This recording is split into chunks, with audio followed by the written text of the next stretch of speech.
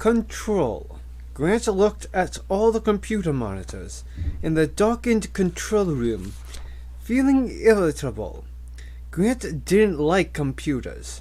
He knew that this made him old-fashioned, dated, as a researcher, but he didn't care. Some of the kids who worked for him had a real feeling for computers, and intuition. Grant never felt that. He found computers to be alien, mystifying machines. Even the fundamental distinction between an operating system and an application left him confused and disheartened. Literally lost in a foreign geography. He didn't begin to comprehend, but he noticed that Gennaro was perfectly comfortable and Malcolm seemed to be in his element, making little sniffling sounds like a bloodhound on a trail. You want to know about control mechanisms, John Arnold said, turning in his chair in the control room. The head engineer was a thin, tense, chain-smoking man of 45. He squinted at the others in the room. We have an unbelievable control mechanisms, Arnold said and lit another cigarette. For example, Gennaro said, for example, animal trafficking.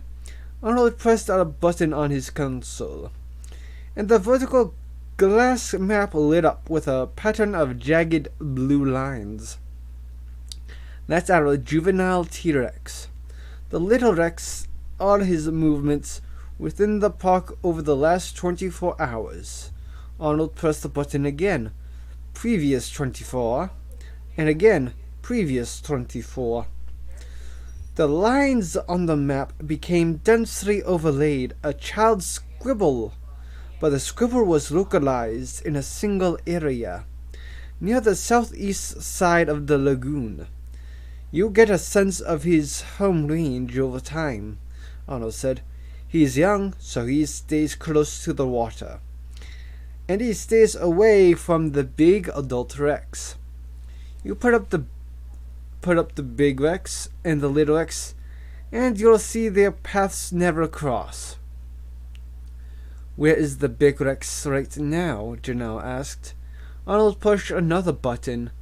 The map cleared in a single glowing spot with a code number appeared in the fields northwest of the lagoon. He's right there. And the little Rex? Hell, I'll show you every animal in the park, Arnold said. The map began to lit up like a Christmas tree, dozens of spots of light, each tagged with a code number. That's 238 animals as of this minute. How accurate. Within 5 feet. Arnold puffed on the cigarette. Let's put it this way. You will drive out in a vehicle and you will find the animals right there, exactly as they are shown on the map. How often is this updated? Every 30 seconds? Pretty impressive, Gennaro said. How's it done? We have motion sensors all around the park, Arnold said. Most of them hardwired, some radio telemetered.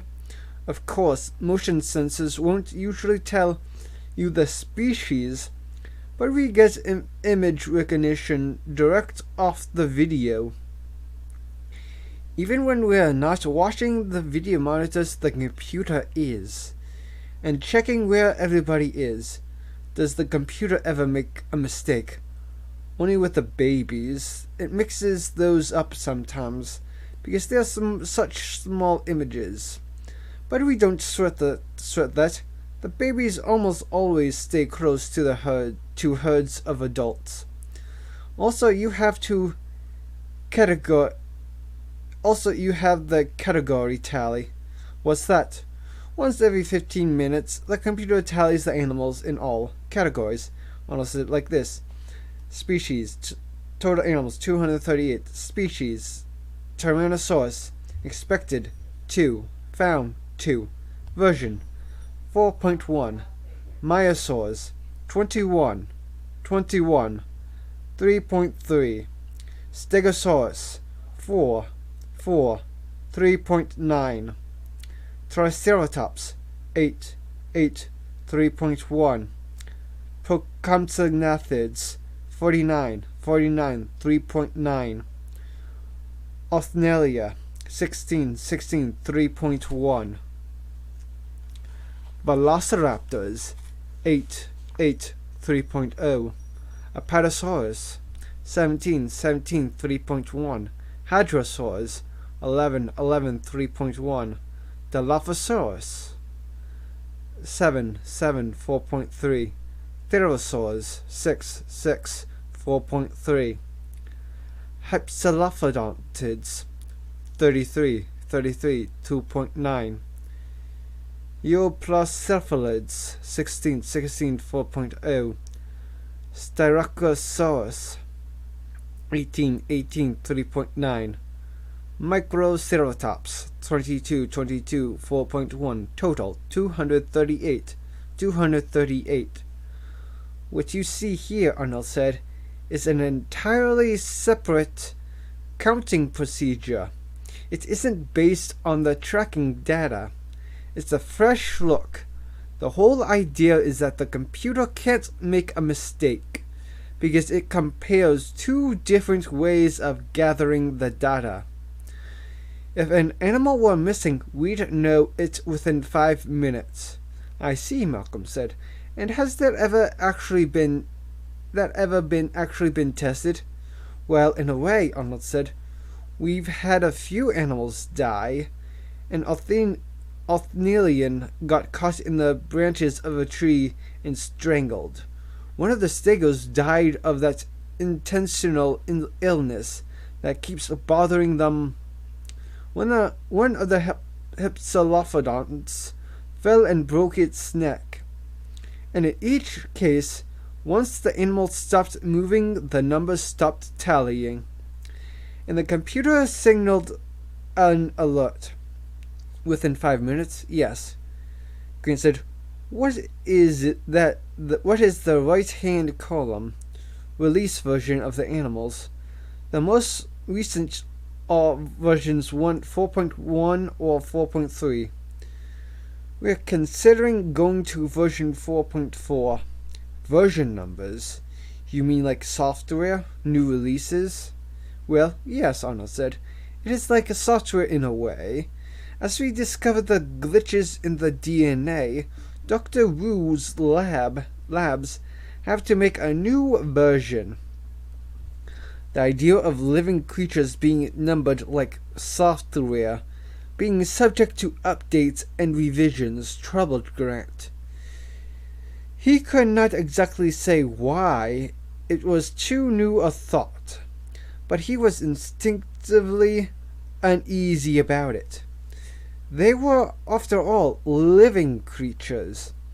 Arnold must have noticed his expression, because he said, Look, Dr. Grant, there's no point getting starry-eyed about these animals. It's important for everyone to remember that these animals are created by man. Sometimes there are bugs, so as we discover the bugs, Dr. Wu's labs have to make a new version. And we need to keep track of what version we have out there. Yes, of course you do, Malcolm said impatiently. But going back to the matter of counting, I take it all the counts are based on motion sensors? Yes. And these sensors are everywhere in the park? They cover 92% of the land area, Arnold said. There are only a few places where we can't use them. For example, we can't use them on the Jungle River because the movement of the water and the convection rising from the surface screws up the sensors. But we have them nearly everywhere else, and if the computer tracks an animal into an unsensed zone, It'll remember and look for the animal to come out again. And if it doesn't, it'll give us an alarm. Now then, Malcolm said, you show 49 procontinoctids.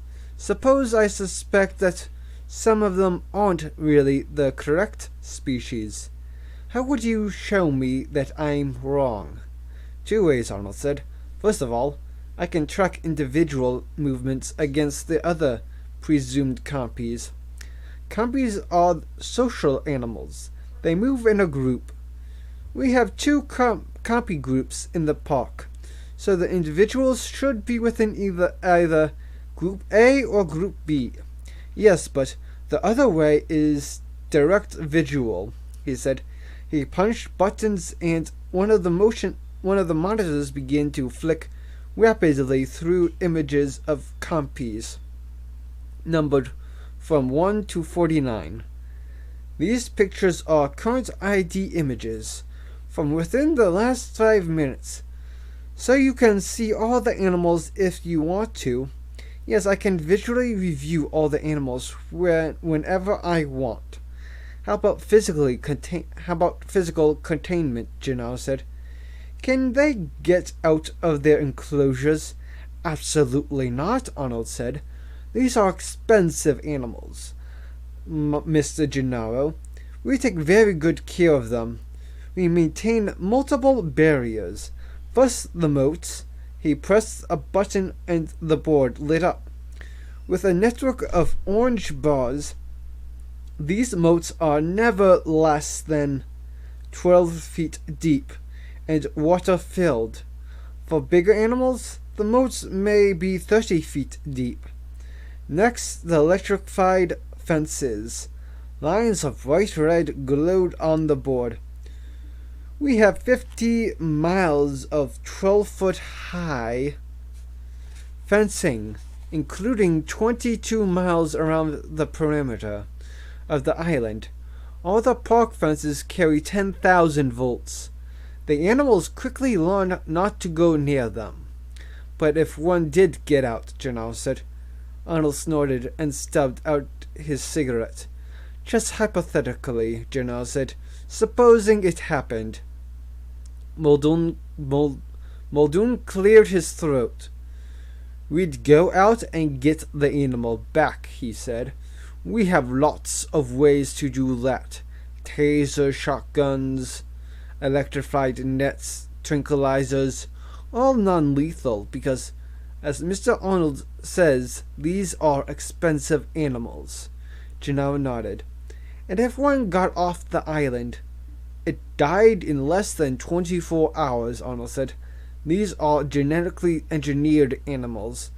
They are unable to survive in the real world. How about this control system itself, Gennaro said. Could anybody tamper with it? Arnold was shaking his head. The system is hardened. The computer is independent in every way. Independent power and independent backup power. The system does not communicate with the outside, so it cannot be influenced remotely by modem. The computer system is secure. There was a pause. Arnold puffed his cigarette. Hell of a system, he said. Hell of a goddamn system. Then I guess, Malcolm said, your system works so well you don't have any problems. We've got endless problems here, Arnold said, raising an eyebrow. But none of the things you worry about, I gather. You're worried that the animals will escape and will get to the mainland and raise hell. We haven't got any concern about that at all.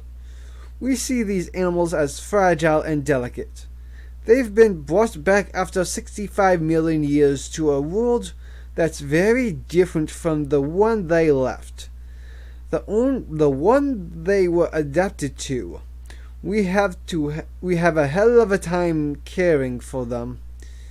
You have to realize, Arnold continued, that men have been keeping mammals and reptiles in zoos for hundreds of years.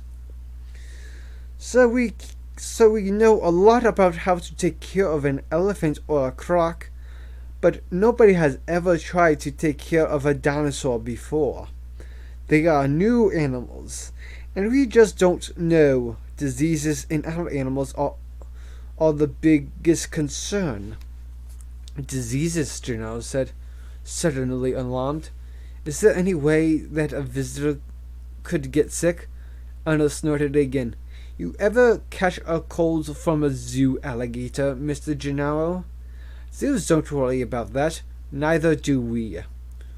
What we do worry about is the animals dying from their own illnesses or infecting other animals. But we have programs to monitor that, too. You want to see the Big Rex's health file? His vaccination record? His dental record? That's something. You ought to see the vet scrubbing those big fangs so he doesn't get tooth decay. Not just now, Janelle said. What about your mechanical systems? You mean the rides? Arnold said. Quint looked up sharply. Rides? None of the rides are running yet, Arnold was saying. We had the Jungle River ride, where the boats follow tracks underwater, and we have the Aviary Lodge ride, but none of it's operational yet. The park will open with the basic dinosaur tour, the one that you're about to take in a few minutes. The other rides will come online 12 months after that. Wait a minute, Grant said. You're going to have rides like an amusement park? Anna said. This is a zoological park. We have tours of different areas, and we call them rides, that's all. Grant frowned again. He felt troubled. He didn't like the idea of dinosaurs being used for an amusement park. Malcolm continued his questions. You can run the whole park from this control room? Yes, Arnold said. I can run it single-handed if I have to. We've got that much automation built in. The computer by itself can track the animals, feed them, and fill their water troughs for 48 hours without supervision. This is the system Mr. Nedry designed, Malcolm asked. Dennis Nedry was sitting at a terminal in the far corner of the room, eating a candy bar and typing. Yes, that's right, Nedry said. Not looking up from the keyboard. Is a hell of a system, Arnold said proudly. That's right, Nedry said absently. Just one or two minor bugs to fix. Now, Arnold said, I see the tour is starting. So unless you have other questions, actually just one, Malcolm said. Just a research question.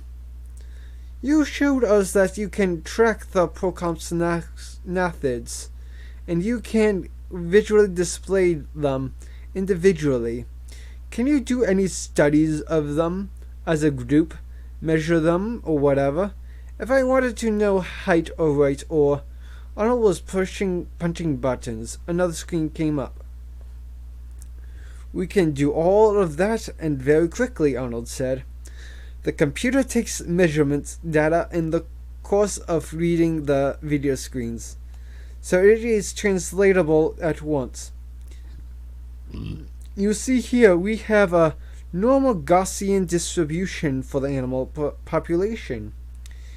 It shows that most of the animals cluster around an average central value, and a few are either larger or smaller than the average at the tails of the curve. You would expect that kind of graph, Malcolm said. Yes, any healthy biological population shows this kind of distribution. Now then, Arnold said, lighting another cigarette. Are there any other questions? No, Malcolm said. I've learned what I need to know. As they were walking out, Gennaro said, It looks like a pretty good system to me. I don't see how any animals could get off this island. Don't you? Malcolm said. I thought it was completely obvious. Wait a minute, Gennaro said. You think animals have gotten out? I know they have. Gennaro said. But how? You saw for yourself. They can count all the animals. They can look at all the animals. They know where all the animals are at all times. How can one possibly escape? Malcolm smiled. It's quite obvious, he said. It's just a matter of your assumptions. Your assumptions? Gennaro repeated, frowning. Yes, Malcolm said. Look here. The basic event that has occurred in Jurassic Park is that the scientists and technicians have tried to make a new, complete biological world, and the scientists in the control room expect to see a natural world, as in the graph they just showed us.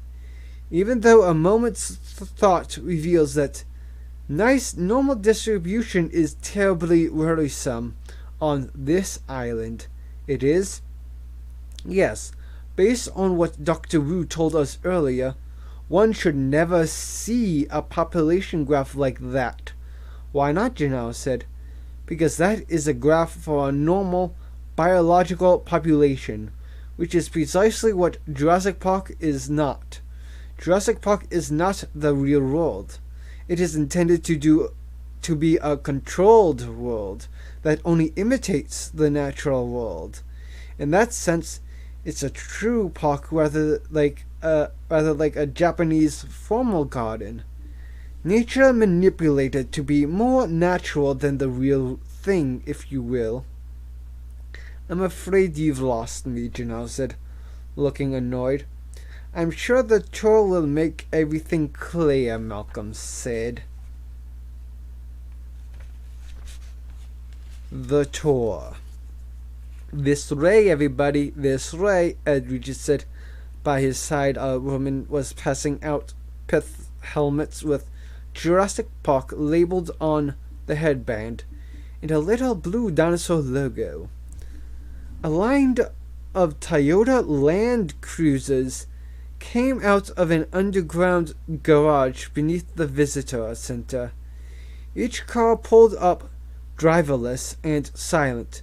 Two black men in safari uniforms were opening the doors for passengers. 2 to 4 passengers to the car, please. 2 to 4 passengers to the car. A recorded voice was saying, Children under 10 must be accompanied by an adult. 2 to 4 passengers to the car, please. Tim watched as Grant, Sattler, and Malcolm got into the first Land Cruiser. With the lawyer, Gennaro, Tim looked over at Lex, who was standing pounding her fist into her glove. Tim pointed to the first car and said, Can I go with them? I'm afraid they have things to discuss, Edridge said. Technical things. I'm interested in technical things, Tim said. I'd rather go with them. Well, you'll be able to hear what they are saying, Regis said. We'll have a radio open between the cars. The second car came. Tim and Lex got in, and Ed Regis followed. These are electric cars, Regis said, guided by a cable in the roadway. Tim was glad he was sitting in the front seat, because mounted in the dashboard were 2 computer screens and a box that looked to him like a CD-ROM. That was a laser disc player controlled by a computer. There was also a portable walkie-talkie and some kind of a radio transmitter. There were 2 antennas on the roof, and some odd goggles in the map pocket. The black men shut the doors of the Land Cruiser. The car started off with an electric hum. Up ahead, the 3 scientists and Gennaro were talking and pointing.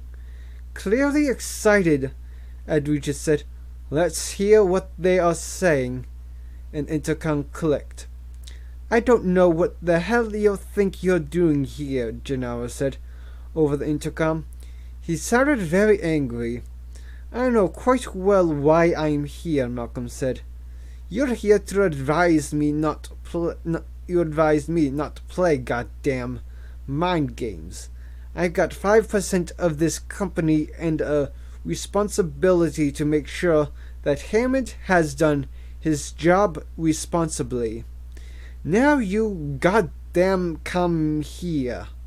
Edwy just pressed the intercom button and said, in keeping with the non-polluting policies of Jurassic Park, these lightweight electric Land Cruisers have been specifically built for us by Toyota in Osaka. Eventually, we hope to drive among the animals, just as they do in the African game parks. But for now, sit back and enjoy the self-guided tour. He paused. And by the way, we can hear you back here. Oh Christ, Janelle said. I have to be able to speak freely. I didn't ask for these damn kids to come. Edwy just smiled blandly and pushed a button. We'll just begin the show, shall we? They heard a fanfare of trumpets, and the interior screen flashed, Welcome to Jurassic Park. A sonorous voice said, Welcome to Jurassic Park. You are now entering the lost world of the prehistoric past, a world of mighty creatures long gone from the face of the earth, which you are privileged to see for the first time. That's Richard Kiley, Edwy said. We spared no expense. The Land Cruiser passed through a grove of low, stumpy palm trees. Richard Kiley was saying, Notice, first of all, the remarkable plant life that surrounds you. Those trees to your left and right are called cycads, the prehistoric predecessors of palm trees. Cycads were a favorite food of the dinosaurs. You can also see Benetalians and gingos.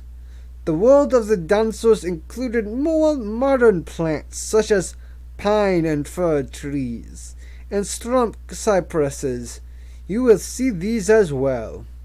The Land Cruiser moved slowly among the foliage. Tim noticed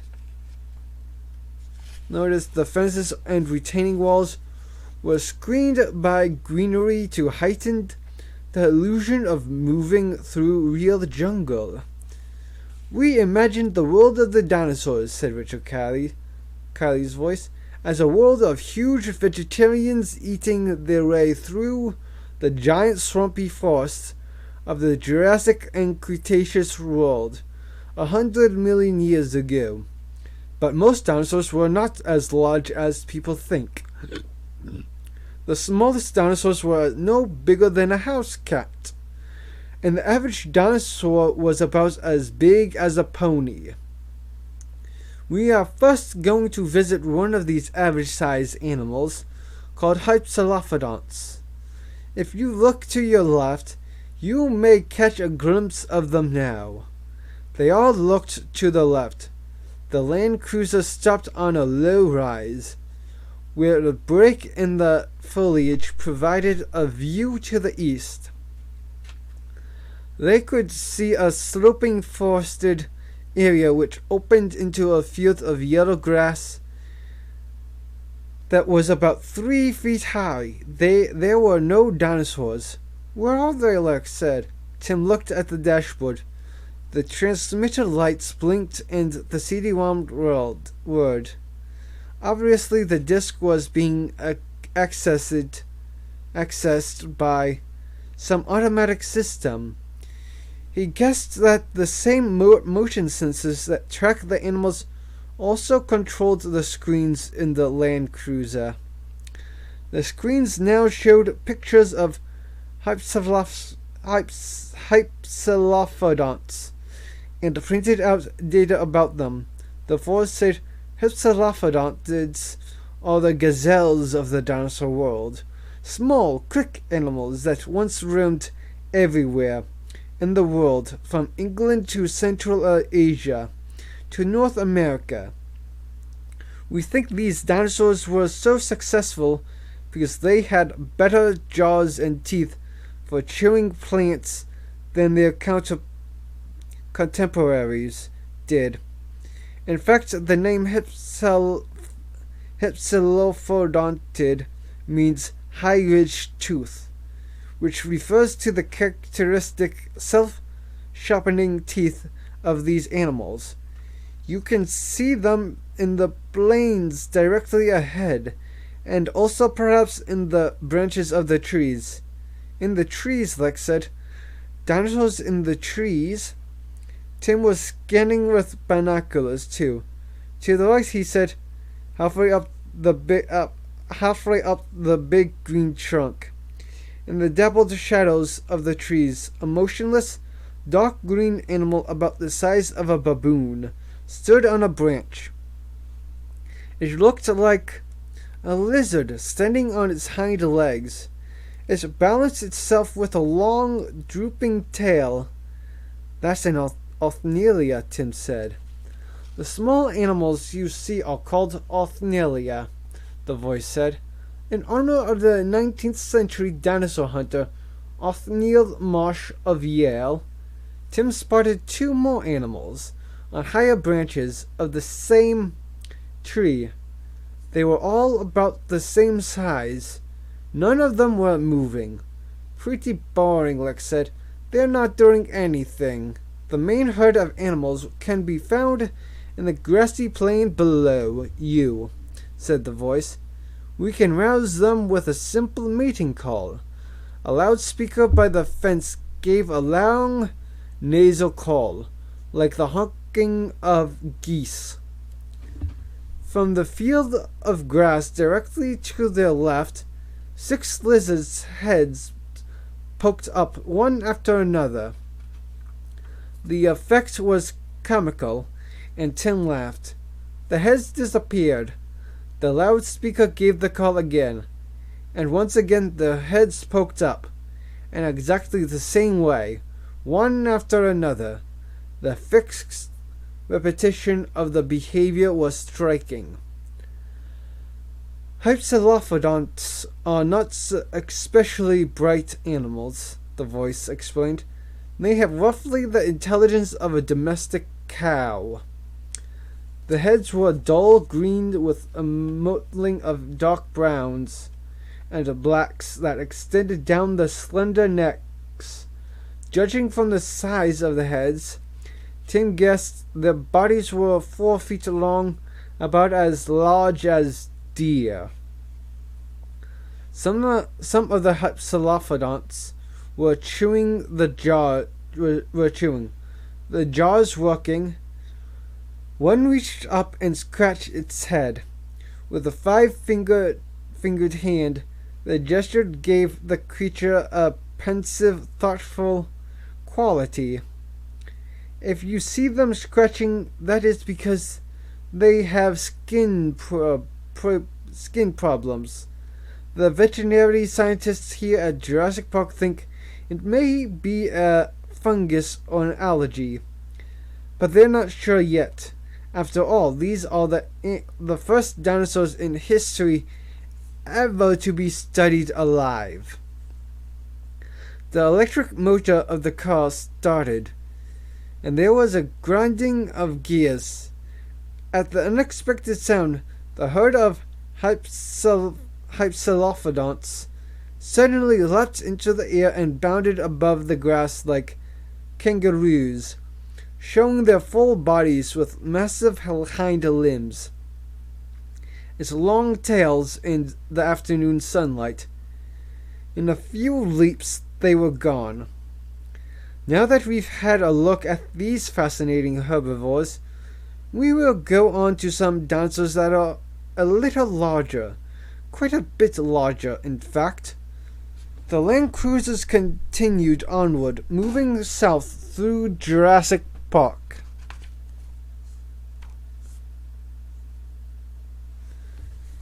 Control. Gears are grinding, John Arnold said in the darkened control room. Have maintenance check the electric clutches on vehicles BB4 and BB5 when they come back. Yes, Mr. Arnold replied, the voice on the intercom. A minor detail, Hammond said, walking in the room. Looking out, he could see the two land cruisers moving south through the park. Muldoon stood in the corner, silently watching. Arnold pushed his chair back from the central console at the control panel. "There are no minor details, Mr. Hammond," he said, and he lit another cigarette. Nervous at most times, Arnold was especially edgy now. He was only too aware that this was the first time visitors had actually toured the park. In fact, Arnold's team didn't often go into the park. Harding the vet sometimes did. The animal handlers went to the individual feeding houses, but otherwise they watched the park from the control room. And now, with visitors out there, he worried about 100 details. John Arnold was a system engineer who had worked on the Polaris submarine missile in the late 1960s, until he had his first child and the prospect of making weapons became too distasteful. Meanwhile, Disney had started to create amusement park rides of great technological sophistication, and they employed a lot of aerospace people. Arnold helped build Disney World in Orlando and had gone on to implement major parks at Magic Mountain in California, Old Country in Virginia, and Astroworld in Houston. His continuous employment at parks had eventually given him a somewhat skewed view of reality. Arnold contended only half-jokingly that the entire world was increasingly described by the metaphor of the theme park. "Paris is a theme park," he once announced after a vacation, "although it's too expensive and the park employees are unpleasant and sullen." For the past 2 years, Arnold's job had been to get Jurassic Park up and running. As an engineer, he was accustomed to long time schedules. He often referred to the September opening, by which he meant September of the following year. And as the September opening approached, he was unhappy with the progress that had been made. He knew from experience that it sometimes took years to work the bugs out of a single park ride, let alone get a whole park running properly. "You're just a worrier," Hammond said. "I don't think so," Arnold said. "You've got to realize that, from an engineering standpoint, Jurassic Park is by far the most ambitious theme park in history. Visitors will never think about it, but I do." He ticked the points off on his fingers. First, Jurassic Park has all the problems of any amusement park ride. Ride maintenance, queue control, transportation, food handling, living accommodations, trash disposal, security. Second, we have all the problems of a major zoo: care of the animals, health and welfare, feeding and cleanliness, protection from insects, pests, allergies, and illnesses, maintenance of barriers, and all the rest. And finally, we have the unprecedented problems of caring for a population of animals that no one has ever tried to maintain before. "Oh, it's not as bad as all that," Hammond said. "Yes, it is. You're just not here to see it," Arnold said. "The Tyrannosaurus drink from drink the lagoon water and sometimes get sick. We aren't sure why the Triceratops females kill each other in fights for dominance and have to be separated into groups smaller than 6. We don't know why. The stegosaurs frequently get blisters on their tongues and diarrhea, for reasons no one yet understands. Even though we've lost 2 hypsilophodonts, get skin rashes, and the velociraptors. Let's not start on the velociraptors, Hammond said. I'm sick of hearing about the velociraptors. How they're the most vicious creatures anyone has ever seen. They are, Muldoon said in a low voice. They should all be destroyed. You wanted to fit them with radio collars, Hammond said, and I agreed. Yes, and they promptly chewed the collars off. But even if the raptors never get free, Arnold said, I think we have to accept that Jurassic Park is inherently hazardous. Oh, balls, Hammond said. Whose side are you on anyway? We now have 15 species of extinct animals, and most of them are dangerous, Arnold said. We've been forced to delay the jungle river ride because of the Dilophosaurs and the Pterotops Lodge in the aviary. Because the pterodactyls are so unpredictable. These aren't engineering delays, Mr. Hammond.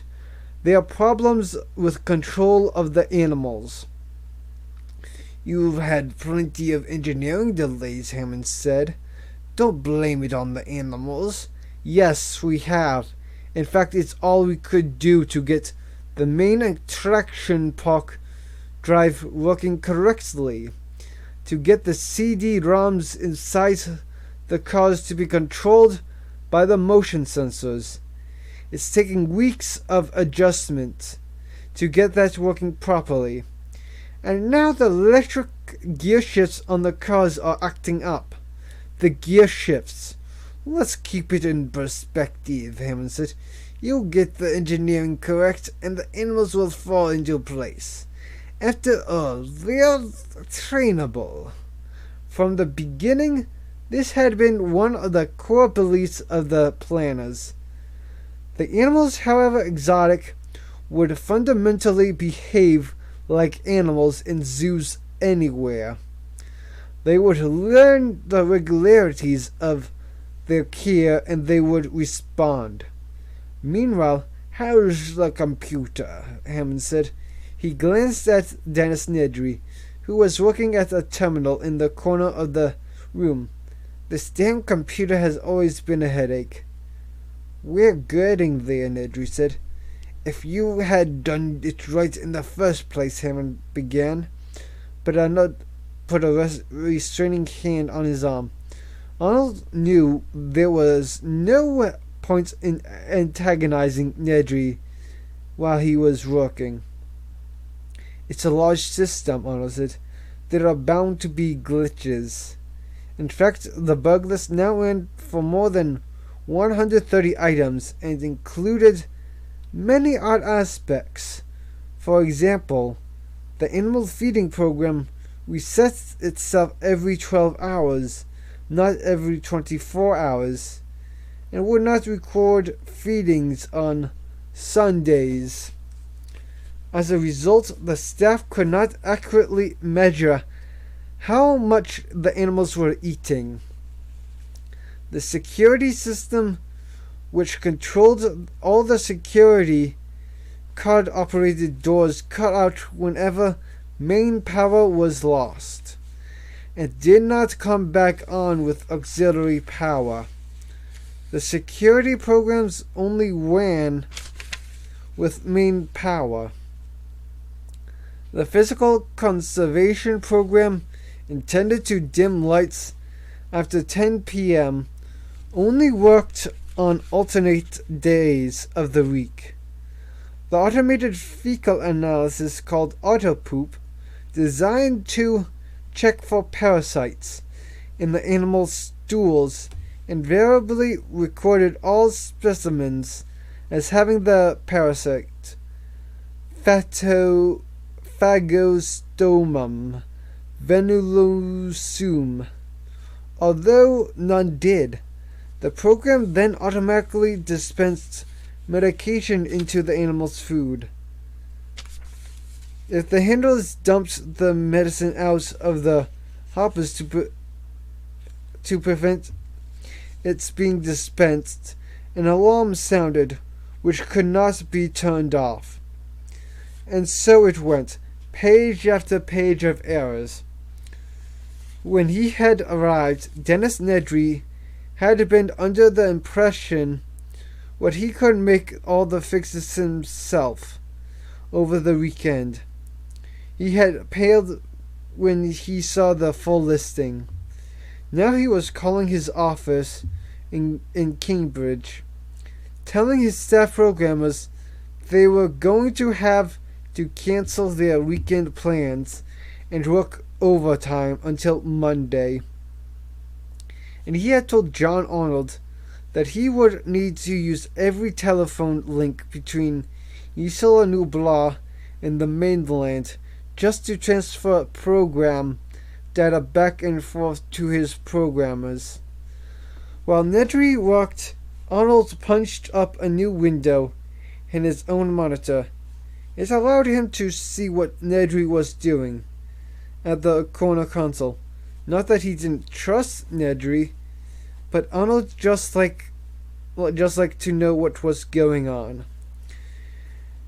He looked at the graphics display on his right-hand console, which showed the progress of the electric Land Cruisers. They were following the river just north of the aviary, and the Ornithian paddock. If you look to your left, said the voice, you will see the dome of the Jurassic Park aviary, which is not yet finished for visitors. Tim saw sunlight glinting off aluminum struts in the distance, and directly below is our Mesozoic jungle river, where if you are lucky, you just may catch a glimpse of a very rare carnivore.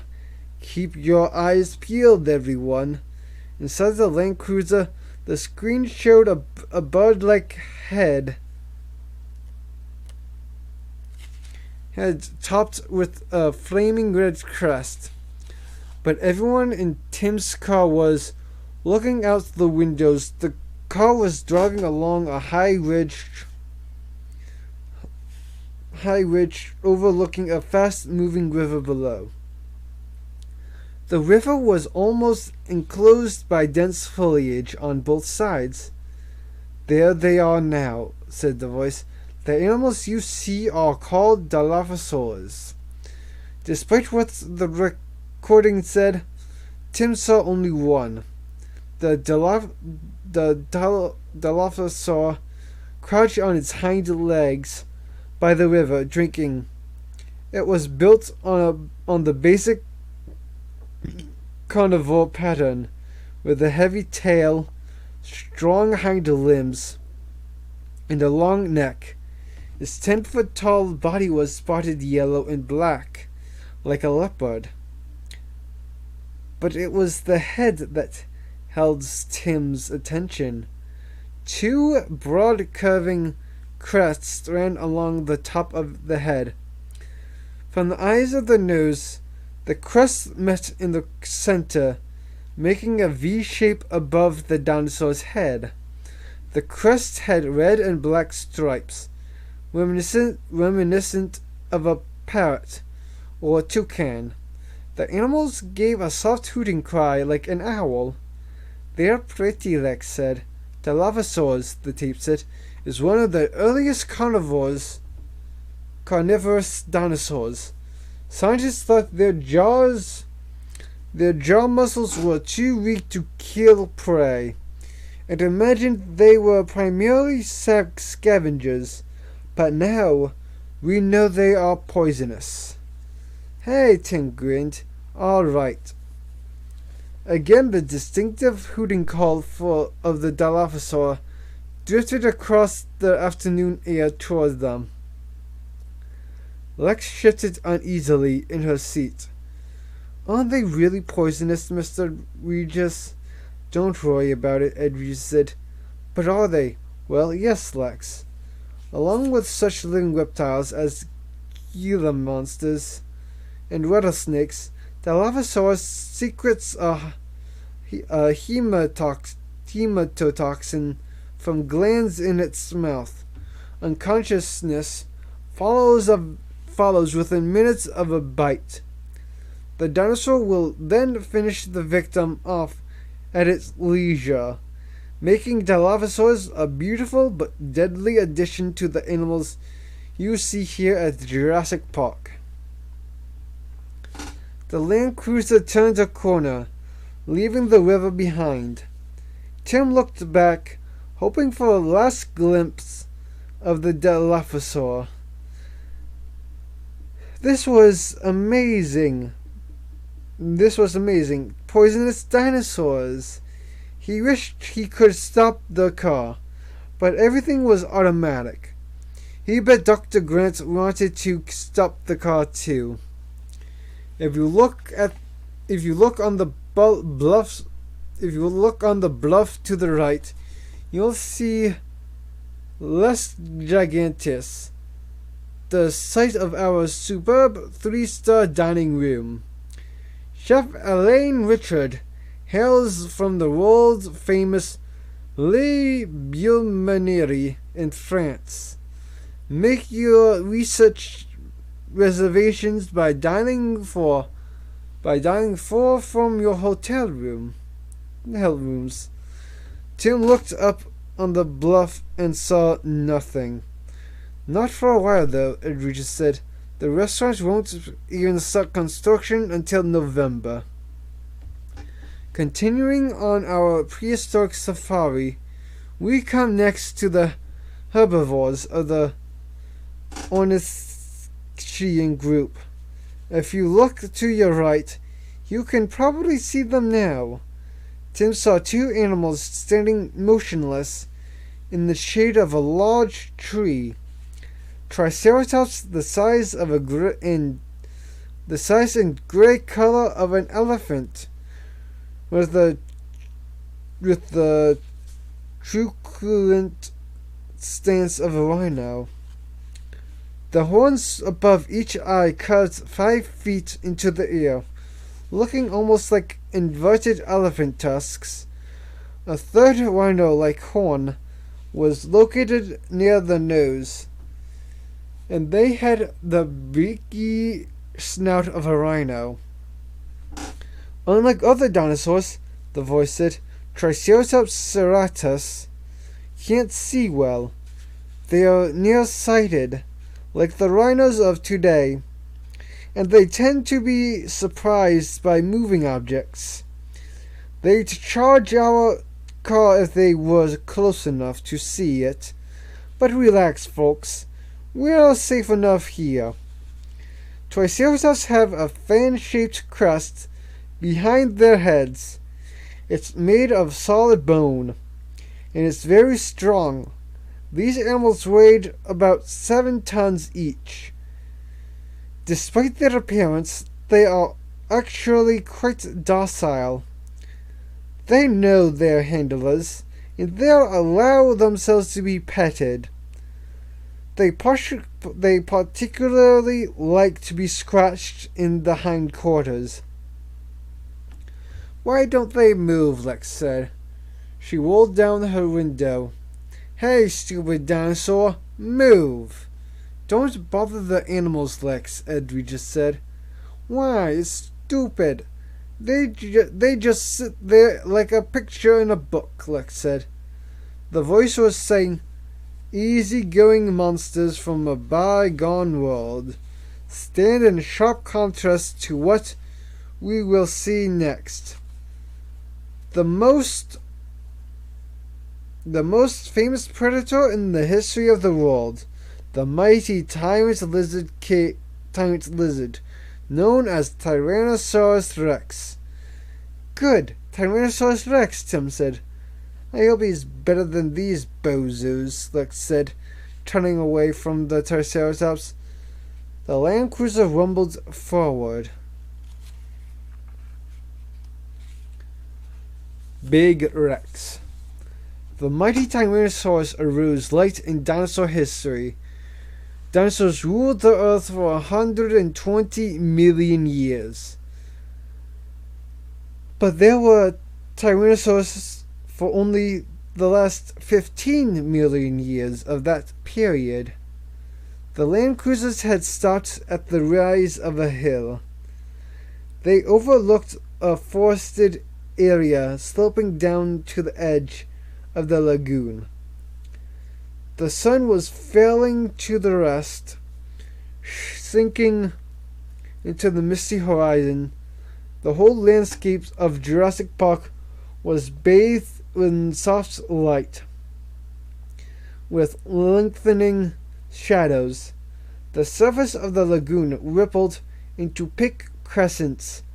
Farther south, they saw the graceful necks of the pterosaurs, standing at the water's edge, their bodies mirrored in the moving surface.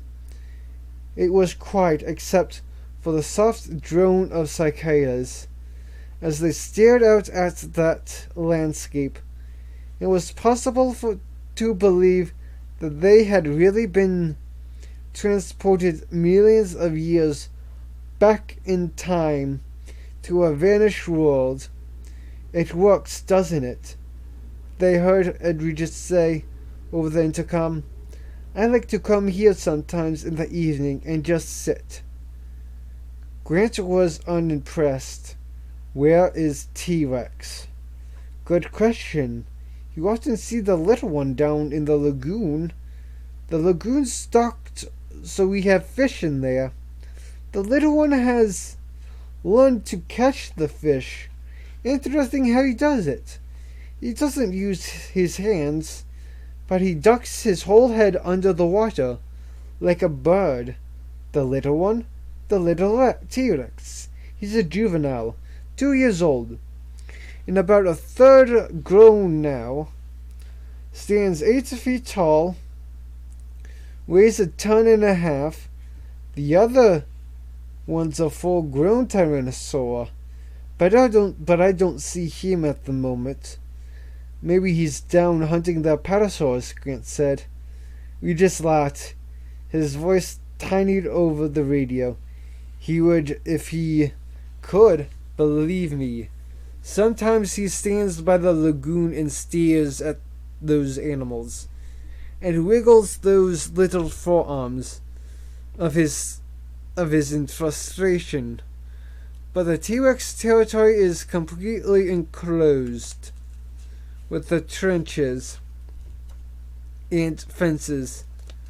They are disguised from view, but believe me, he can't go anywhere. Then where is he hiding? Reggie said. He's a little shy. Shy, Malcolm said. Tyrannosaurus Rex is shy. Well, he conceals himself as a general rule. You almost never see him out in the open, especially in the daylight. Why is that? We think it's because he has sensitive skin and sunburns easily. Malcolm began to laugh. Grant sighed. You're destroying a lot of illusions. I don't think you'll be disappointed, Regis said. Just wait. They heard a soft bleating sound in the center of a field. A small cage rose up into view, lifted on hydraulics from underground. The cage bars slid down and the goat remained tethered in the center of the field, bleating plaintively. Any minute now, Regis said again. They stared out the window. Look at them, Hammond said, watching the control room monitor. leaning out the windows, so eager they can't wait to see it. They have come for the danger. That's what I'm afraid of, Muldoon said. He twirled the keys on his fingers and watched the land cruisers tensely. This was the first time that visitors had toured Jurassic Park, and Muldoon shared Arnold's apprehension. Robert Muldoon was a big man, 50 years old, with a steel gray mustache and deep blue eyes. Raised in Kenya, he had spent most of his life as a guide for African big game hunters, as had his father before him. But since 1980, he had worked principally for conservation groups and zoo designers. As a wildlife consultant, he had become well known. An article in the London Sunday Times had said, "What Robert Trent Jones is to golf courses, Robert Muldoon is to zoos. A designer of unsurpassed knowledge and skill." In 1986, he had done some work for a San Francisco company that was building a private wildlife park on an island in North America. Muldoon has laid out the boundaries for different animals, defining space and habitat requirements for lions, elephants, zebras, and hippos, identifying which animals could be kept together and which had to be separated. At the time, it had been a fairly routine job. He had been more interested in an Indian park called Tiger World in southern Kashmir. Then a year ago, he was offered a job as game warden of Jurassic Park. It coincided with the desire to leave Africa. The salary was excellent. Muldoon had taken it on for a year. He was astonished to discover the park was really a collection of genetically engineered prehistoric animals. It was of course interesting work, but during his years in Africa, Muldoon had developed an unblinking view of animals, an unromantic view that frequently set him at odds with the Jurassic Park management in California, particularly the little martinet standing beside him in the control room. In Muldoon's opinions, cloning dinosaurs in a laboratory was one thing. Maintaining them in the wild was quite another. It was Muldoon's view that some dinosaurs were too dangerous to be kept in a park setting. In part, the danger existed because they still knew so little about the animals. For example, nobody even suspected the Dilophosaurs were poisonous until they were observed hunting indigenous rats on the island, biting the rodents and then stepping back to wait for them to die. And even then, nobody suspected the Dilophosaurs could spit until one of the handlers was almost blinded by spitting venom. After that, Hammond had agreed to study Dilophosaur's venom, which was found to contain 7 different toxic enzymes. It was also discovered that the Dilophosaurs could spit a distance of 50 feet. Since this raised the possibility that a guest in a car might be blinded, management decided to remove the poisonous sacs. The vets had tried twice on 2 different animals, without success. No one knew where the poison was being secreted, and no one would ever know until an autopsy was performed on a Dilophosaur, and management would not allow one to be killed.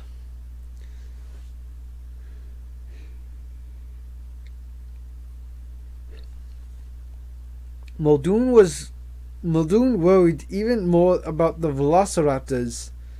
They were instinctive hunters, and they never passed up prey. They killed even when they weren't hungry. They killed for the pleasure of killing. They were swift, strong runners, and astonishing jumpers. They had lethal claws on all four limbs.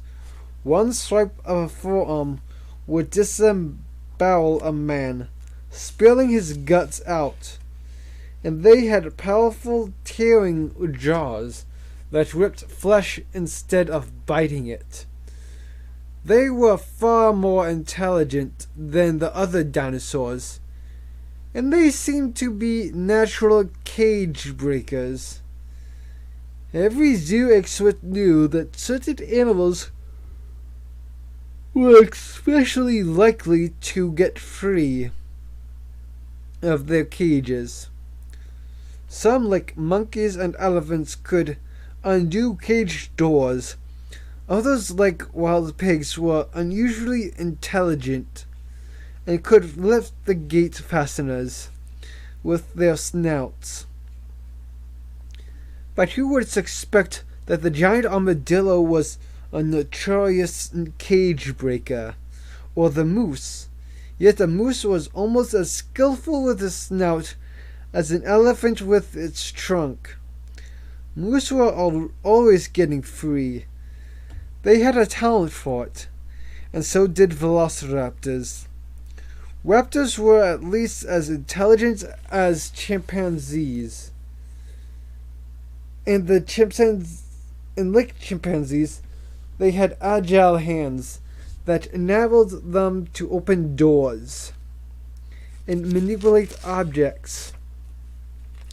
They could escape with ease, and when, as Muldoon had feared, one of them finally escaped, it killed 2 construction workers and maimed a third before recaptured. After that episode, the visitor lodge had been reworked, with heavy barred gates, a high perimeter fence, and tempered glass windows, and the raptor holding pen was rebuilt with electronic sensors to warn of another impending escape. Muldoon wanted guns as well, he wanted shoulder-mounted law missiles launchers. Hunters knew how difficult it was to bring down a 4-ton African elephant, and some of the dinosaurs weighed 10 times as much. Management was horrified, insisting there would be no guns anywhere on the island. When Muldoon threatened to quit and take his story to the press, a compromise was reached. In the end, two specially built laser-guided missile launchers were kept in a locked room in the basement. Only Muldoon had keys to the room. Those were the keys Muldoon was trailing now. "I'm going downstairs," he said.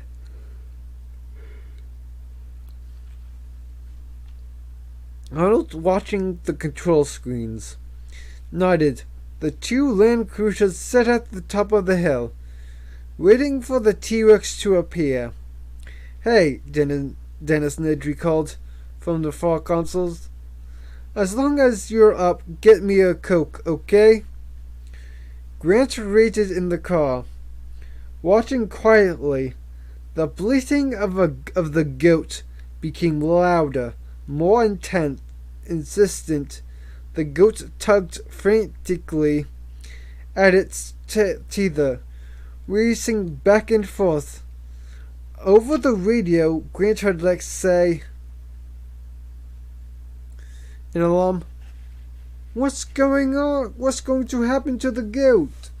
Is she going to eat the goat?" "I think so," someone said to her. And then Ellie turned the radio down. Then they smelled the odor, a garbage stench of putrefaction and decay that drifted up the hillside toward them. Grant whispered, "He's here." "She," Malcolm said. The goat was tethered in the center of the field.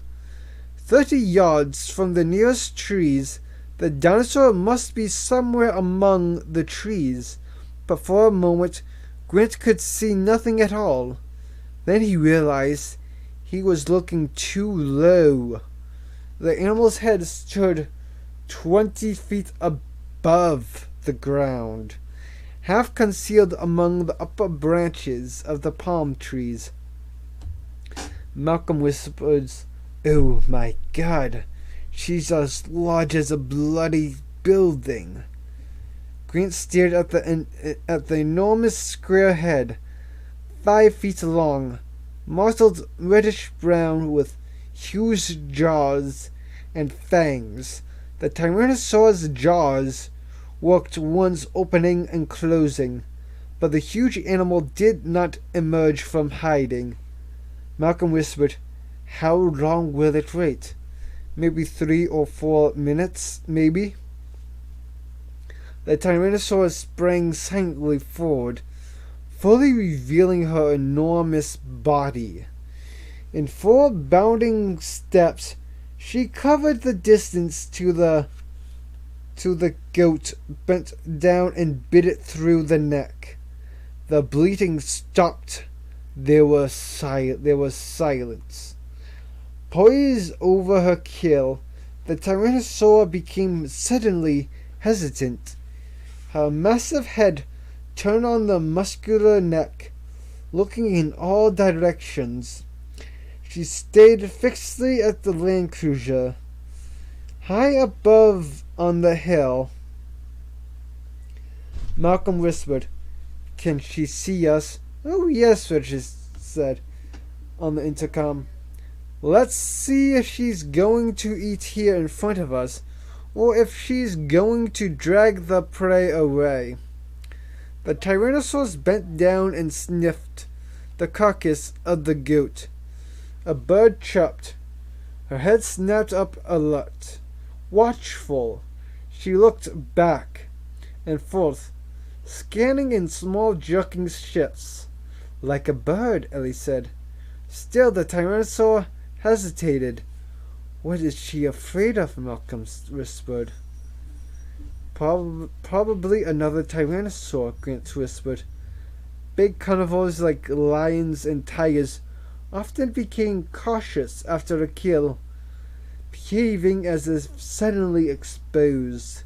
19th century zoologists imagined the animals felt guilty for what they had done, but contemporary scientists documented the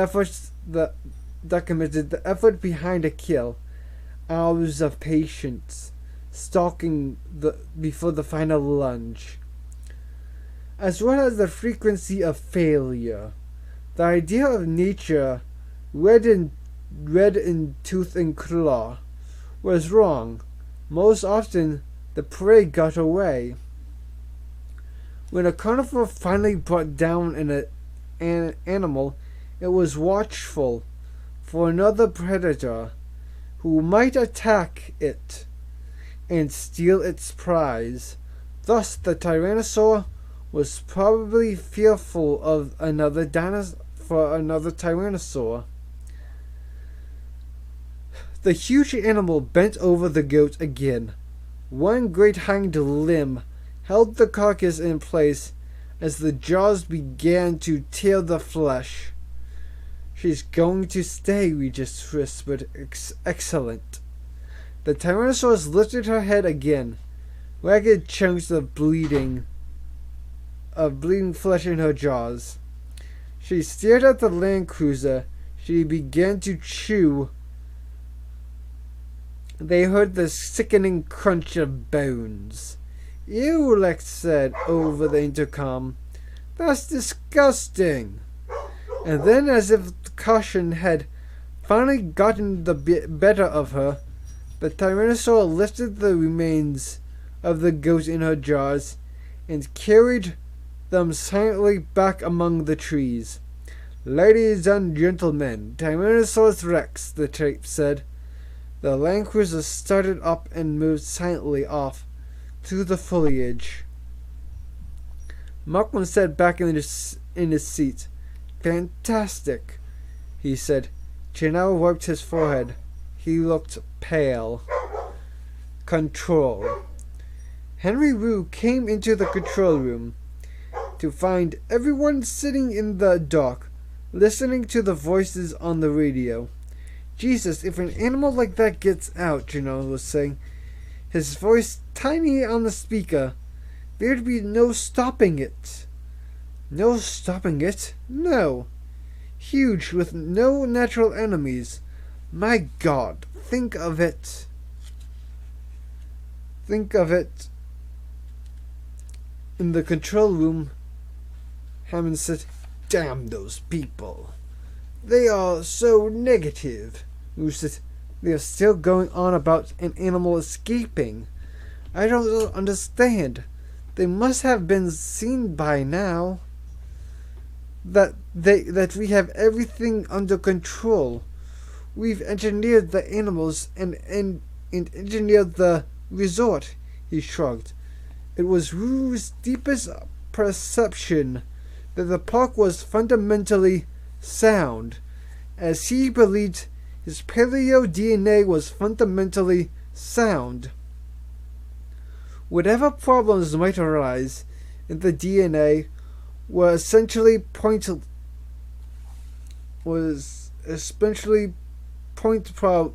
problems in the code, causing a specific problem in the phenotype, an enzyme that didn't switch on, or a protein that didn't fold.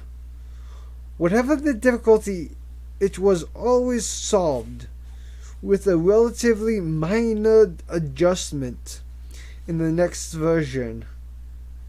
Similarly, he knew that Jurassic Park's problems were not fundamental problems. They were not control problems. Nothing as basic or as serious as the possibility of an animal escaping. Wu found it offensive to think that anyone would believe him capable of contributing to a system where such a thing could happen. "It's that Malcolm," Hellman said darkly. "He's behind it all. He was against us from the start. You know, he's got this theory that complex systems can't be controlled and nature can't be imitated. I don't know what his problem is. Hell, we're just making a zoo here. World's full of them. And they all look fine. But he's going to prove his theory or die trying. I just hope he doesn't panic Gennaro into trying to shut the park down." Wu said, "Can he do that?" "No," Hammond said, "but he can try. He can try and frighten the Japanese investors and get them to withdraw funds. Or he can make a stink with the San Jose government. He can make trouble." Arnold stubbed out his cigarette. "Let's wait and see what happens," he said. "We believe in the park. Let's see how it plays out." Muldoon got off the elevator, nodded to the ground floor, got and went downstairs to the basement. He flicked on the lights. The basement was filled with 24 Land Cruisers. arranged in neat rows. These were the electric cars that would eventually form an endless loop touring the park. Returning to the visitor center, in the corner was a Jeep with a red stripe, one of the two gasoline-powered vehicles Harding the vet had taken the other that morning, which could go anywhere in the park, even among the animals. The Jeeps were painted with a diagonal red stripe because for some reason it discouraged the Triceratops from charging the car. Muldoon moved past the Jeep toward the back. The steel door to the armaments room was unmarked. He unlocked it with his key and swung the heavy door wide. Gun racks lined the interior. He pulled out a Randler shoulder launcher and a case of canisters. He tucked two gray rockets under his other arm. After locking the door behind him, he put the gun into the back seat of the Jeep. As he left the garage, he heard the distant rumble of thunder. "Looks like rain," Edridge said, glancing up at the sky. The land cruisers had stopped among the sauropod swamp. A large herd of apatosaurs was grazing at the edge of the lagoon, eating the leaves of the upper branches of the palm trees. In the same area were several duck-billed hadrosaurs, which in comparison looked much smaller. Of course, Tim knew the hadrosaurs weren't really small. It was only that the apatosaurs were so much larger. Their tiny heads reached 50 feet into the air, extending out on their long necks. The big animals you see are commonly called brontosaurus, the recording said, but they are actually apatosaurs.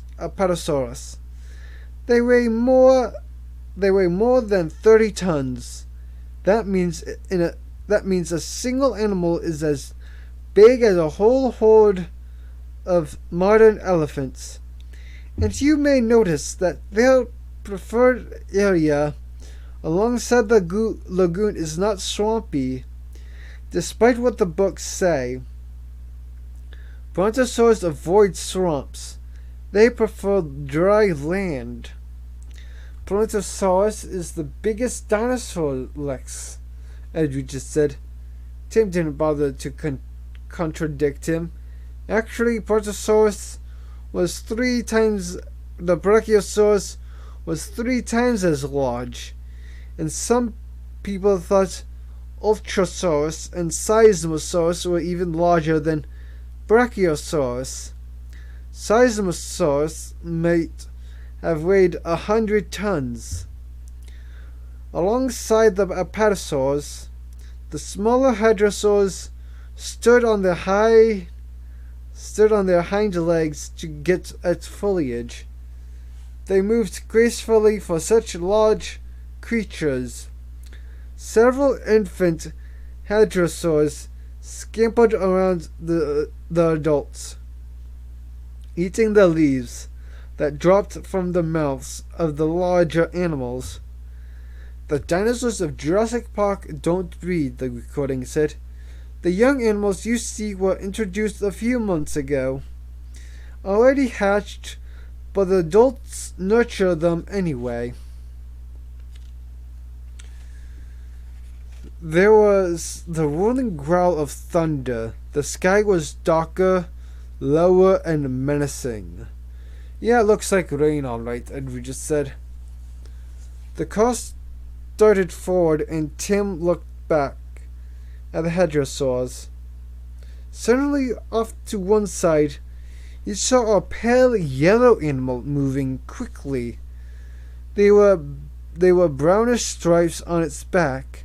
He recognized it as instantly. "Hey!" he shouted. Stop the car! What is that? What is it? Edward just said.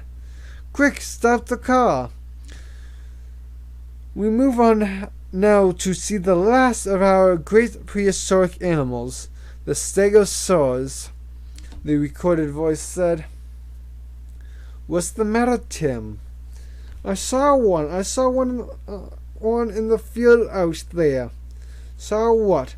A raptor in that field. The stegosaurs are a mid-Jurassic animal, evolving about 170 million years ago, the recording said. Several of these remarkable herbivores live here at Jurassic Park. Oh, I don't think so, Tim, Edridge said. Not a raptor. I did. Stop the car. There was a babble on the intercom as the news was relayed to Grant and Malcolm. Tim says he saw a raptor. Where? Back at the field. Let's go back and look.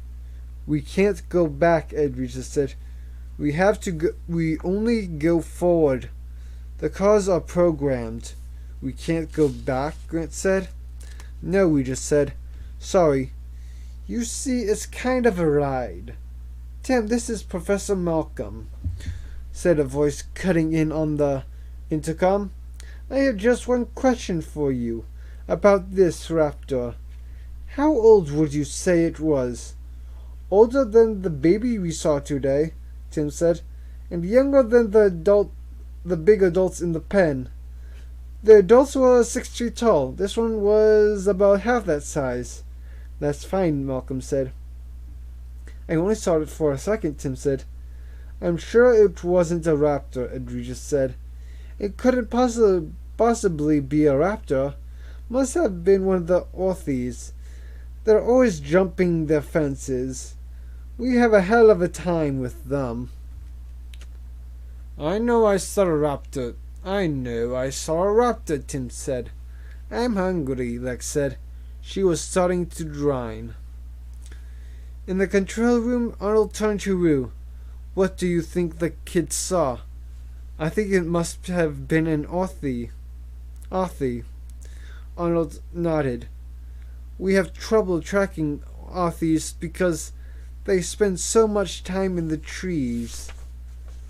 The orthies were an exception to the usual minute-to-minute control they maintain over the animals. The computers were constantly losing and picking up the orthies as they went into the trees and then came down again. What burns me, Hammond said, is that we have made this wonderful park, this fantastic park, and our very first visitors are going through it like accountants, just looking for problems. They aren't experiencing the wonder of it at all. That's their problem, Arnold said. We can't make them experience wonder. The intercom clicked, and Arnold heard a voice. Drawl. John, this is the On and B over at the dock. We haven't finished offloading, but I'm looking at that storm pattern south of us. I'd rather not be tied up here if this chop gets any worse. Arnold turned to the monitor showing the cargo vessel, which was moored at the dock on the east side of the island. He pressed the radio button. How much left to do, Jim? Just the 3 final equipment containers. I haven't checked the manifest, but I assumed you can wait another 2 weeks for it. We're not well berthed here, you know, and we are 100 miles offshore. You requesting permission to leave? Yes, John. I want that equipment, Hammond said. That's equipment for the labs. We need it. Yes, Arnold said, but you didn't want to put money into a storm barrier to protect the pier, so we don't have a good harbor. If the storm gets worse, the ship will be pounded against the dock. I've seen ships lost that way. Then you've got all the other expenses. Replacement of the vessel plus salvage to clear your dock, and you can't use your dock until you do. Hammond gave a dismissive wave. Get them out of here. Permission to leave, and B, Arnold said into the radio. See you in 2 weeks, the voice said.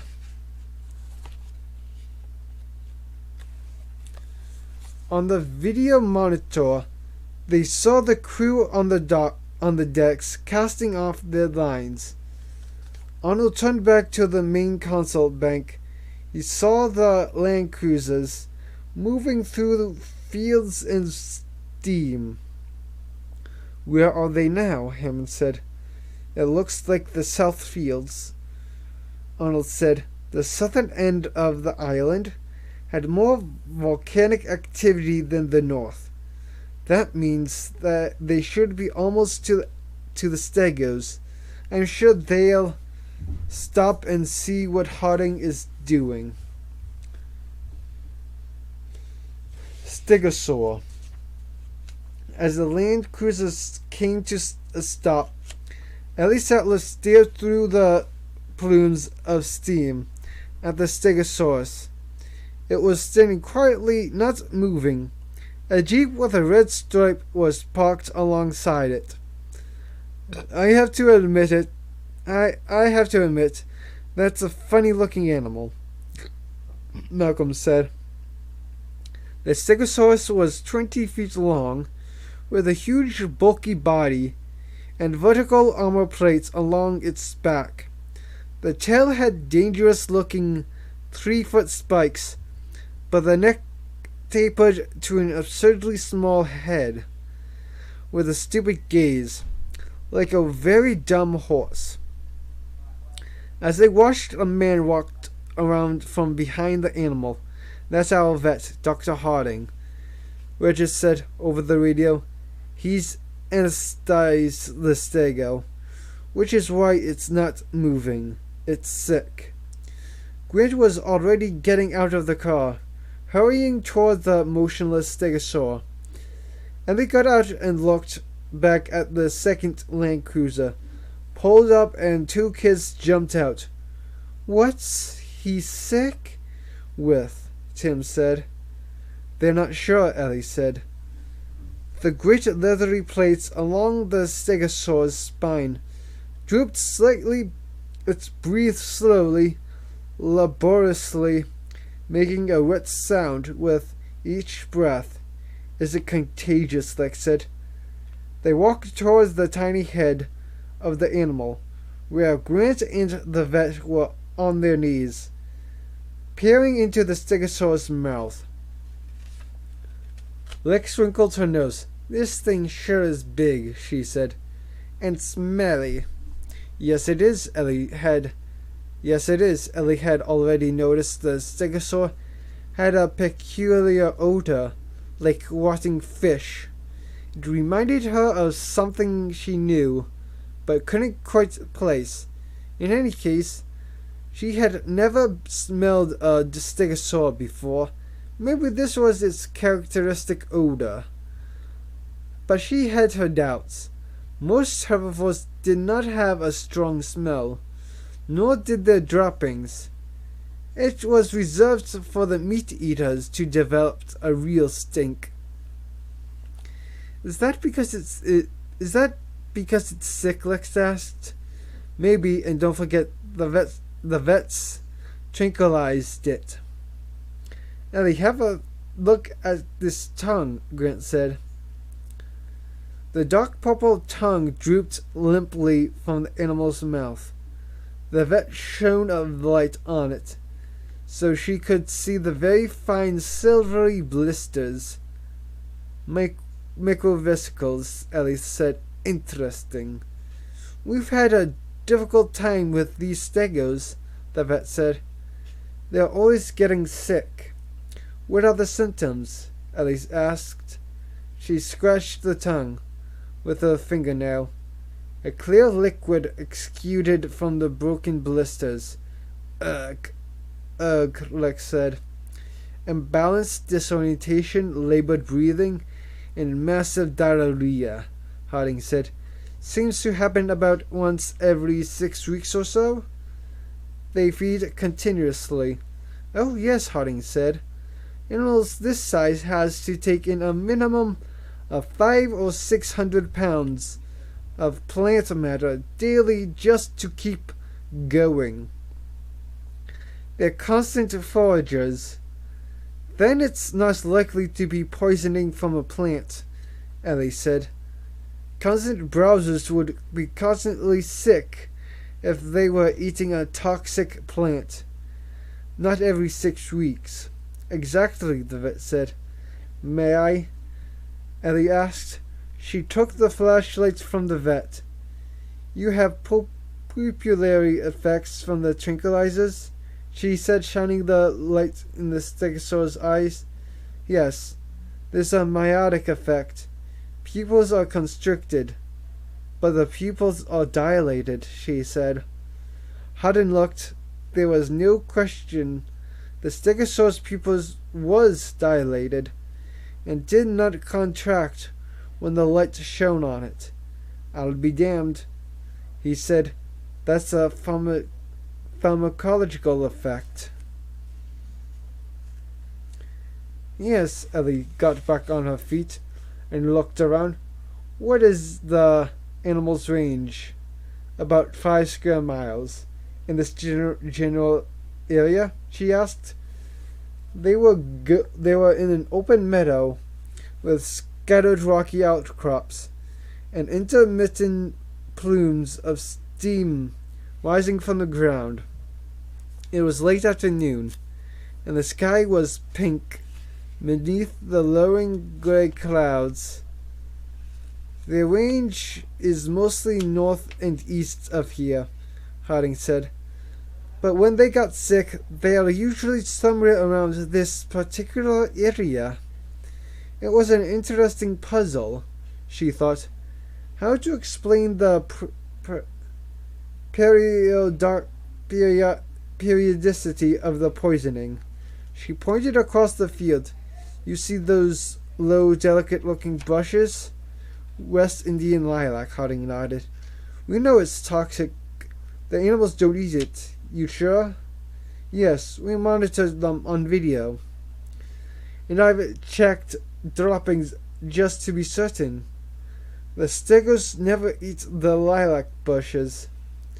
Melia azadirach, called Chinaberry, or West Indian lilac, contained a number of toxic alkaloids. The Chinese used the plants as a fish poison. They don't eat it, the vet said. Interesting, Ellie said. Because otherwise I would have said that this animal shows all the classic signs of Melia toxicity. Stupor, blisterings of the mucous membranes, and pupillary dilation. She set off toward the field to examine the plants more closely. Her body bent over the ground. You're right, she said. Plants are healthy. No sign of being eaten. None at all. And there's the 6-week interval, the vet reminded her. The stegosaurs come here how often? About once a week, he said. Stegos make a slow loop through their home range territory, feeding as they go. They complete the loop in about a week. But they're only sick once every 6 weeks. Correct, Harding said. This is boring, Lex said. Shh, Tim said. Dr. Sattler's trying to think. Unsuccessfully, Ellie said, walking farther out into the field. Behind her, she heard Lex saying, Anybody want to play a little pickle? Ellie stared at the ground. The field was rocky in many places. She could hear the sound of the surf somewhere to the left. There were berries among the rocks, Perhaps the animals were just eating berries. But that didn't make sense. West Indian lilac berries were terribly bitter. Finding anything? Grant said, coming up to join her. Ellie sighed. Just rocks, she said. We must be near the beach, because all these rocks are smooth. And they're in funny little piles. Funny little piles, Grant said. All over. There's one pile right here there, she pointed. As soon as she did, she realized what she was looking at.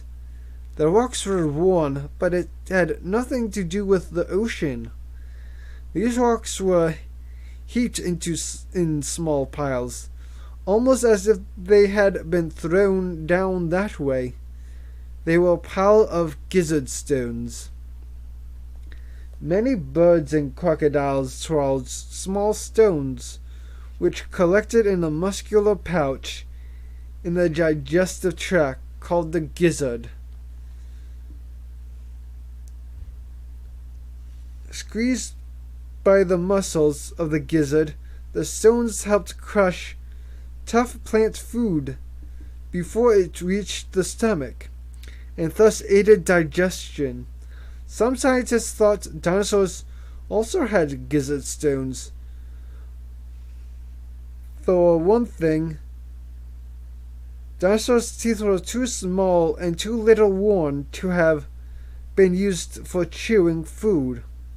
It was presumed that dinosaurs swallowed their food whole and let the gizzard stones break down the plant fibers, and some skeletons had been found with an associated pile of small stones in the abdominal area, but it had never been verified. And gizzard stones, Grant said.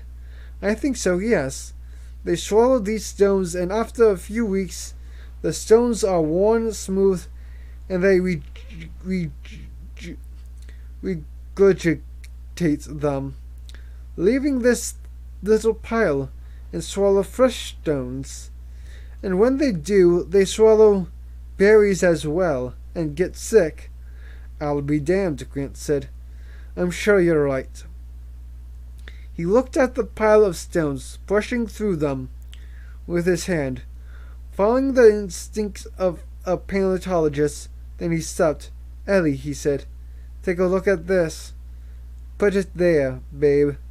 Right in the old mitt, Lex cried, and Gennaro threw the ball to her.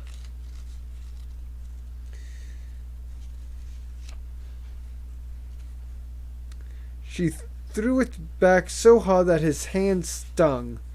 Take it easy. I don't have a glove. You wimp, she said contemptuously. Annoyed, he fired the ball at her and heard it smack in the leather. Now that's more like it, she said.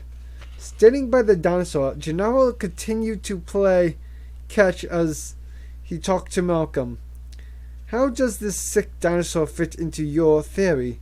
It's predicted, Malcolm said. Gennaro shook his head. Is anything not predicted by your theory? Look, Malcolm said. It's nothing to do with me. It's chaos theory. But I notice nobody is willing to listen to the consequences of the mathematics, because they imply very large consequences for human life, much larger than Heisenberg principle or Gödel's theorem, which everybody's rattles on about. Those are actually rather academic considerations, philosophical considerations, but chaos theory concerns everyday life. Do you know why computers were first built? No, Gennaro said. Burn it in there, Lex yelled. Computers were built in the late 1940s because mathematicians like John von Neumann thought that if you had a computer, a machine to handle a lot of variables, Simultaneously, you would be able to predict the weather. Weather would finally fall to human understanding. And men believed that dream for the next 40 years. They believed that prediction was just a function of keeping track of things. If you knew enough, you could predict anything. That's been a cherished scientific belief since Newton. And chaos theory throws it right out the window. It says that you can never predict certain phenomena at all. You can never predict the weather more than a few days away. All the money that has been spent on long-range forecasting, about $500 million in the last few decades, is money wasted. It's a fool's errand. It's a fool's errand. It's as pointless as trying to turn lead into gold. We look back at the alchemists and laugh at what they were trying to do, but future generations will laugh at us the same way. We've tried the impossible and spent a lot of money doing it, because in fact there are great categories of phenomena that are inherently unpredictable. Chaos says that, yes, it is astonishing how few people care to hear it.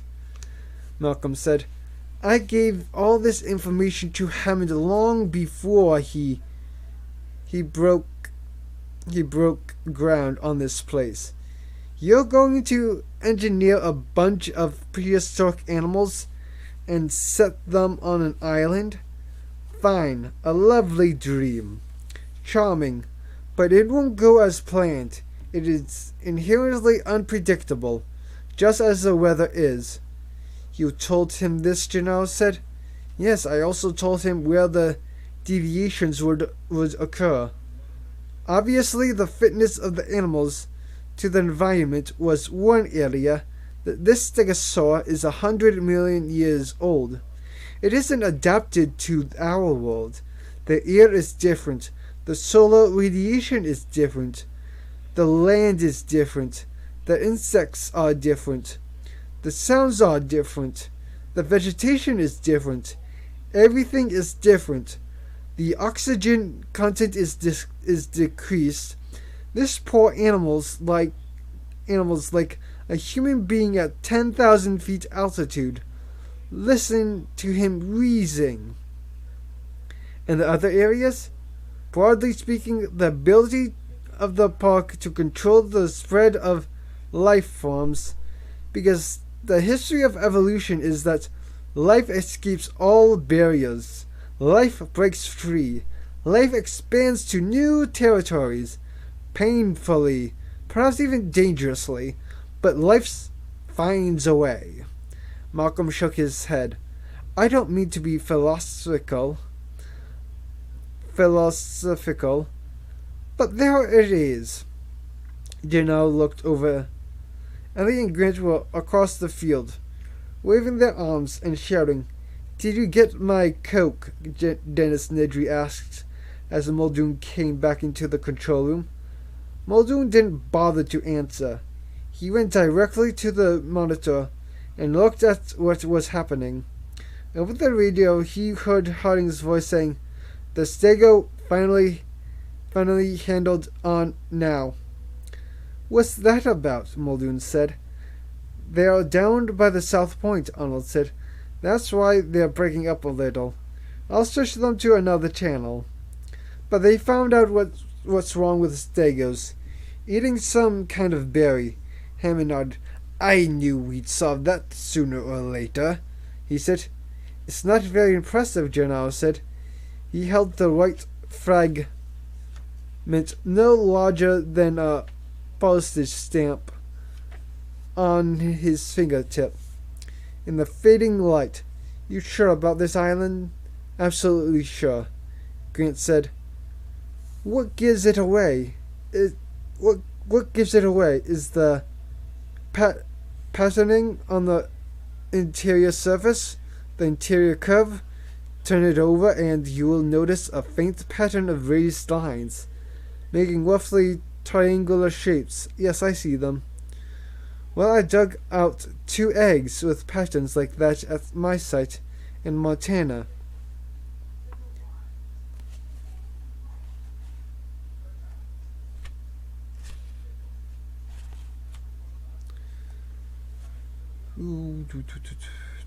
Yes, I see them. Well, I've dug out 2 eggs with patterns like that at my site in Montana. You're saying this is a piece of dinosaur eggshell? Absolutely, Grant said. Harding shook his head. These dinosaurs can't breed. Evidently they can, Gennaro said. That must be a bird egg, Harding said. We have literally dozens of species on this island. Grant shook his head. Look at this curvature. The shell is almost flat. That's from a very big egg. And notice the thickness of the shell. Unless you have ostriches on this island, it's a dinosaur egg. But they can't possibly breed. Harding insisted, all the animals are female. All I know, Grant said, is that this is a dinosaur egg. Malcolm said, can you tell the species? Yes, Grant said, it's a velociraptor egg. Control. Absolutely absurd, Hammond said, in the control room, listening to the report over the radio. It must be a bird egg. This is all it can be. The radio crackled. He heard Malcolm's voice.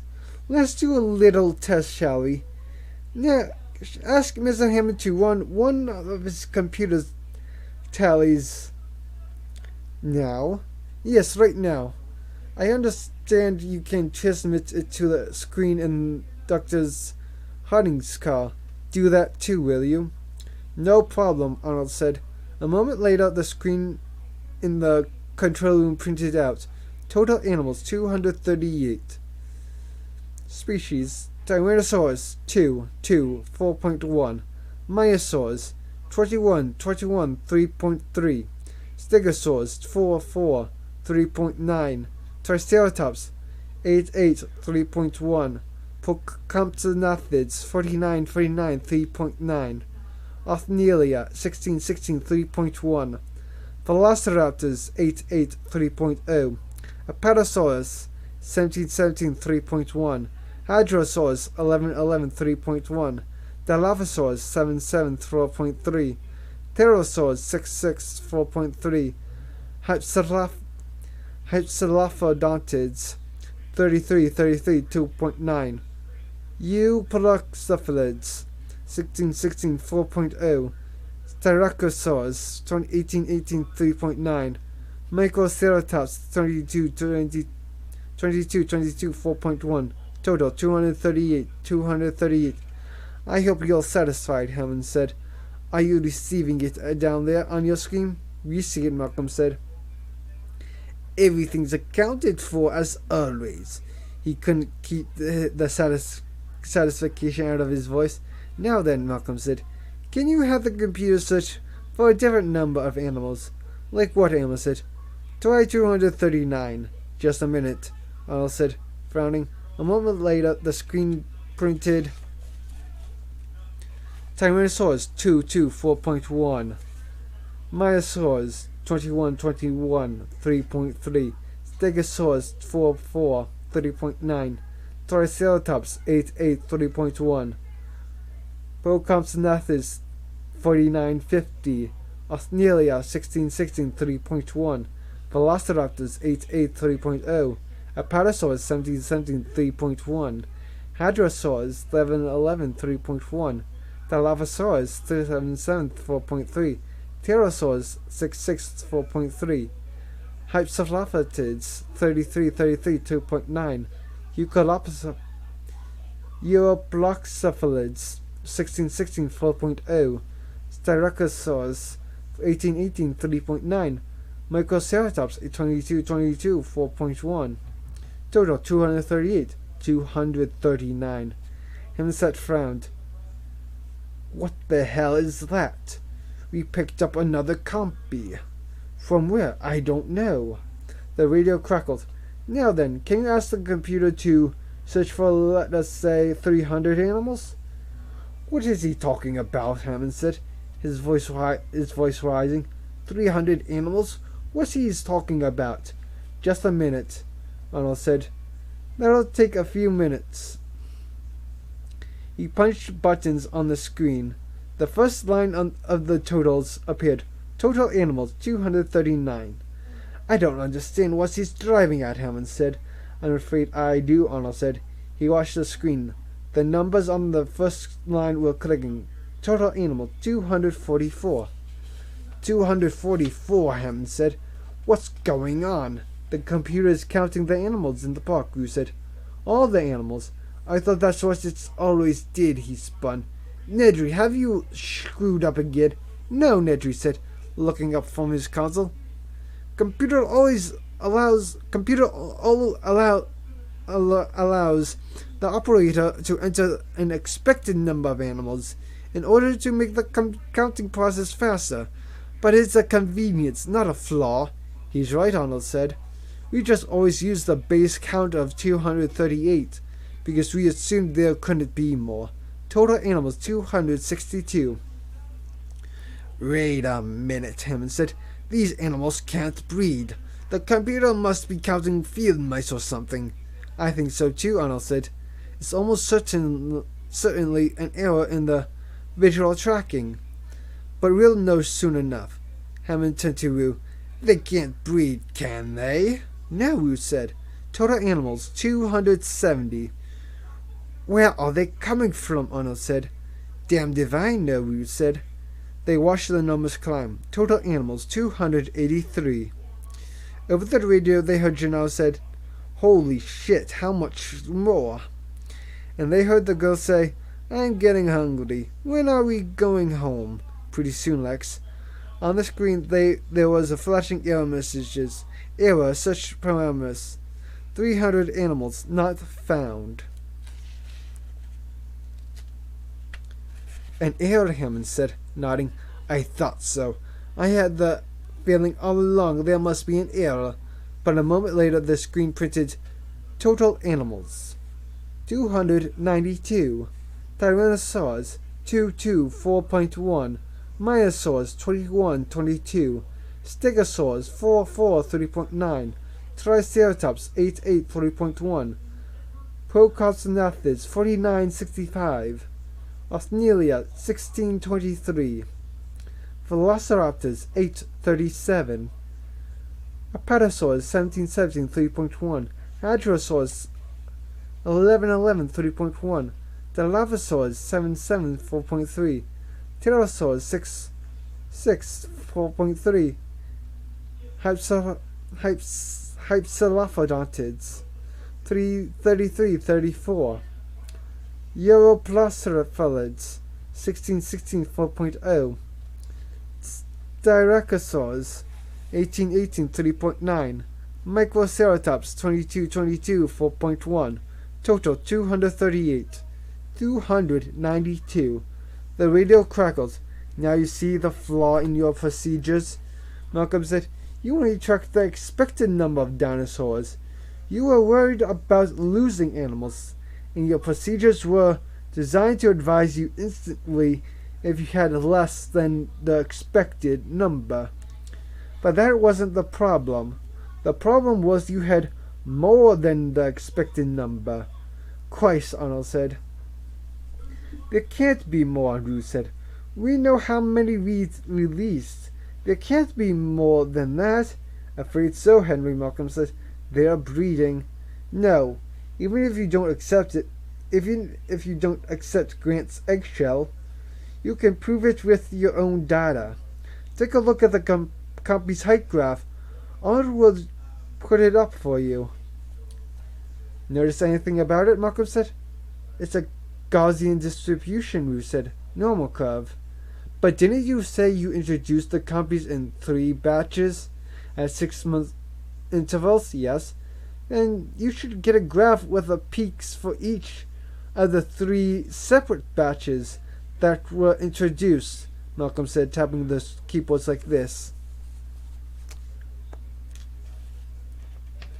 But you didn't get this graph, Malcolm said. The graph you actually got is a graph of a breeding population. Your compies are breeding. Wu shook his head. I don't see how. They're breeding, and so are the Orthnelia, the Mysosaurs, the Hypsies, and the Velociraptors.